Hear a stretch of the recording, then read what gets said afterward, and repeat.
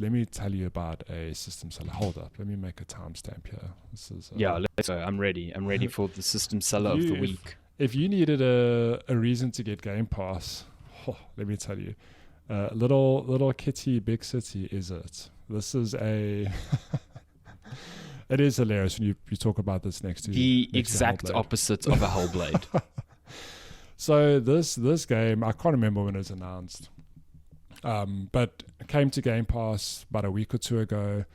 Very cute looking trailer where the premise is you just a cat lost in a big city and you've got to find your way back.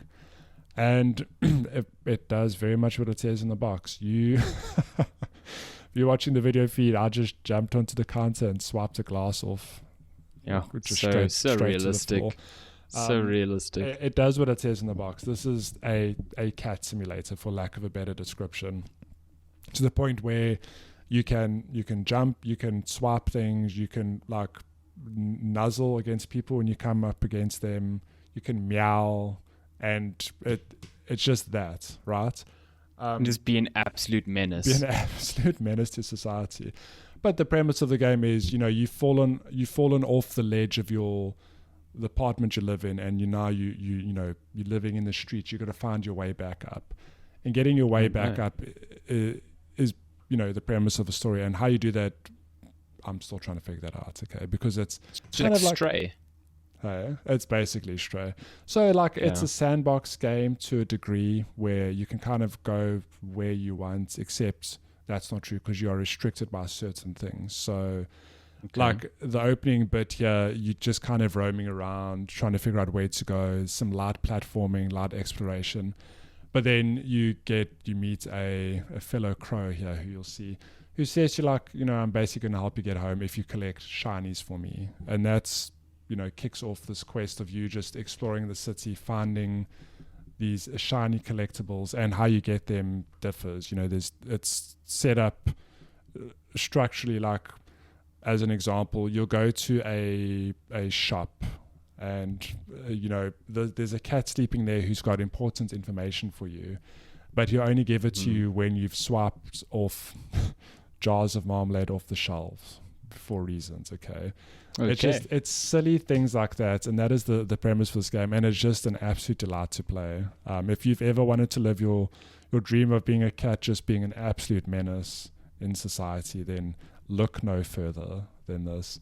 I think it looks really beautiful. I'll give it that. So you've got no sound, but there's like a chill jazz soundtrack playing the whole time. I think, I've never played Goat Simulator, but I think it's very similar in that, you're kind of in an open world and you get these bonus objectives to do, like whether it is hitting things off a shelf or doing whatever. So as an example, somewhere in the city, you see a rubber duck just chilling there, okay?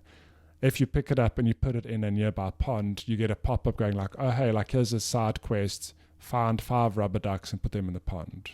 It's stuff like that you can figure out yourself. It's not cool. It's not, a core gameplay thing you have to do, but it's just you figuring out how to do these things. I mean, you've just seen now, I end up in a yard with a whole lot of paint, and I just put the paint on the canvas and I unlocked a thing become an artist. I just love this man just calmly just watching you do this. I'll have you know that this man is going the whole time going this cat is an absolute Leonardo da Vinci over here.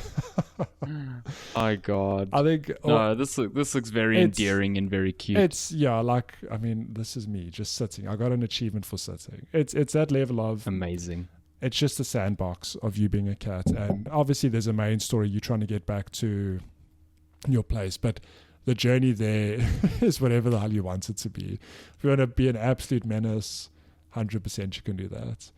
I think the only thing they've gotten very wrong here is that they've chosen a black cat instead of a ginger cat, because that is chaos incarnate. So I mean, you're not wrong, but this game is just, I can tell you just the number of times I've laughed or just smiled with the sheer silly things you can do. Hang on, let me find. I've seen a lot of comparisons to Untitled Goose Game, but I think that's what I'm thinking of. Sorry, not Goat Simulator. Untitled Goose Game is the one where, you're just being an absolute menace as a goose trying to do certain things.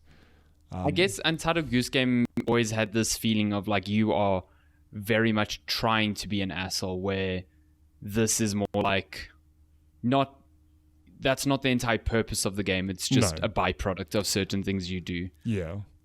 It's silly. It's not long. I think Noel said like 3 hours to, do everything or tick off most of the stuff. I think that's the perfect length to not let this like to get overstay its welcome. No, for sure. God, is that a ginger cat there? That was a ginger cat. That's a ginger cat you can talk to, yeah.